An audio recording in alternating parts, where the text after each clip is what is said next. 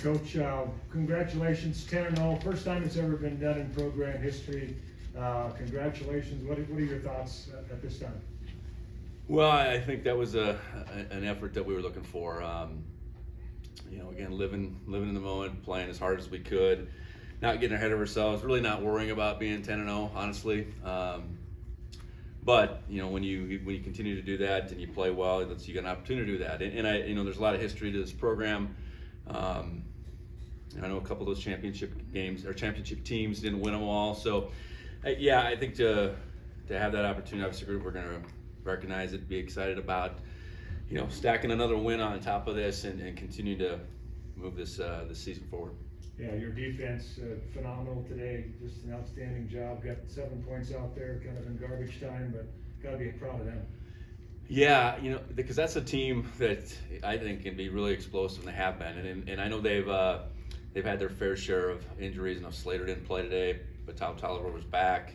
The receivers are really good. I think their quarterback's been able to put up numbers. So, yeah, for our first group to go out and really hold them in check, and they made a few plays here and there, but really eliminate their run game, force that young quarterback to really have to make plays. That's what we were after, and that's what we did. Running the ball, set a couple records, 500 plus, 7 rushing touchdowns. You just thought it. I guess what you guys did up front today. Yeah. It's you look at that scoreboard. I think we were 280 before halftime, or something like that. And that's a team. We didn't play our first couple years. We didn't play them in 21 and 22. They won the conference championship both years. I know the last year that was a huge game for us, going out there and winning. So being able to do that against a team that has played at a really high level within our league, whatever they've done this year, we took it to maybe another level as far as what we were able to do against them relative to other teams. So I know they were stacked in there, and sometimes that's challenging, but also it allows runs to really spit in, the variety of runs, whether it's any one of the running backs, it's Tommy, it's Ty. I think our run game was pretty versatile, so much so that we just didn't get much of an opportunity to pass. And honestly, our guys are all about putting points up and winning games, and however we do it. So I'm extremely pleased with how that played out. Curious what you saw out of Adam after that fumble and kind of him coming back, making plays afterwards. Yeah, Adam's a fierce competitor. He really is, and I know. No one was more disappointed than he would have been in that moment. So he took a pretty good shot, but ball security is ball security. We got to protect it, and we don't want to turn it over. And obviously he bounced back and made the most of his opportunities after that. You guys have had a few games like this now where you've rushed for 400 plus. Obviously a couple in 22. So just to have that as your identity, this team's identity for basically your whole time here, I guess just how special has that been? Yeah, I think we talk a lot about being able to stress defenses, and how you do it can be a lot of different ways. And I think our run game really does stress defenses as much horizontally as a run game probably can. And it has this, I think, at times really potent play action off it. And that's what we want to be. We want to strive for balance, and ultimately I'm sure there'll be games ahead where we're going to have to throw it more. But to be able to run the football and to be able to stop the run are the marks of championship teams. And that's true at our level, it's true in the NFL, it's true all the way up and down. So to continue to be able to run it very effectively, play really well up front, again, being able to control the line of scrimmage, again, that's the mark of the team we want to be.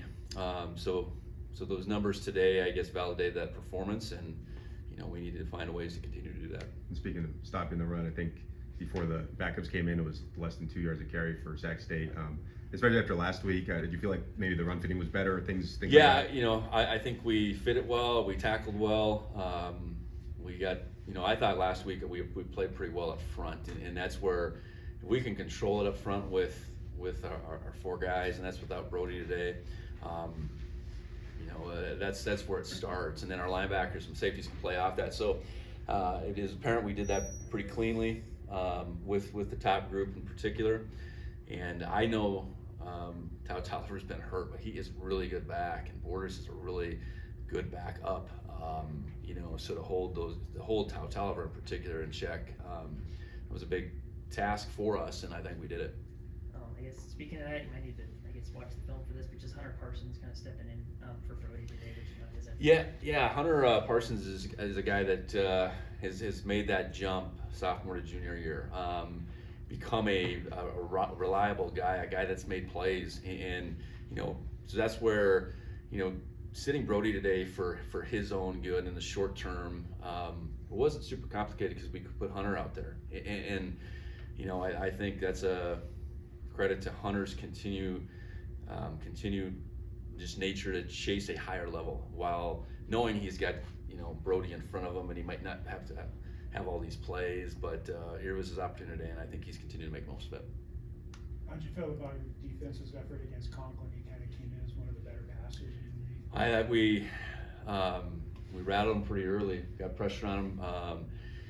There's a couple times where we're not getting sacks, but it looks like he thinks there's more than 11 defenders out there.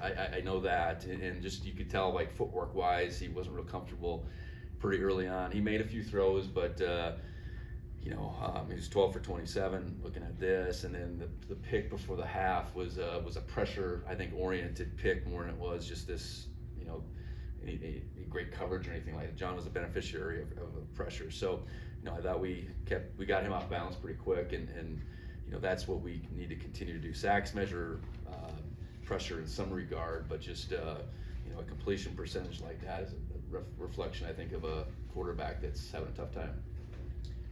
Coach Greg from Montana Sports.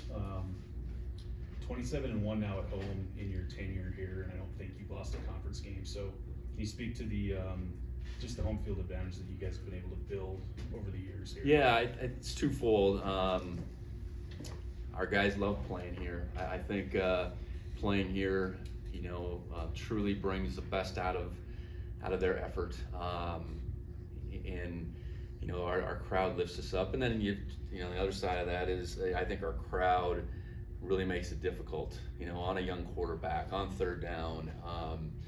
So there is a level of, whether it's intimidation or whatever, that any team coming in here has to deal with. So very grateful, and it's consistent. I think we've gotten to the point where it doesn't matter who we play, they want to see the Bobcats. And I know they want to see a game, but I hope they want to all see us up by a lot at halftime too. And that's challenging. And we want to be a team that they're proud of. They want to watch, and again, they want to come here for all the pageantry and the tailgate and everything, but to cheer on our guys. And I think we really feel that, and that makes a big difference.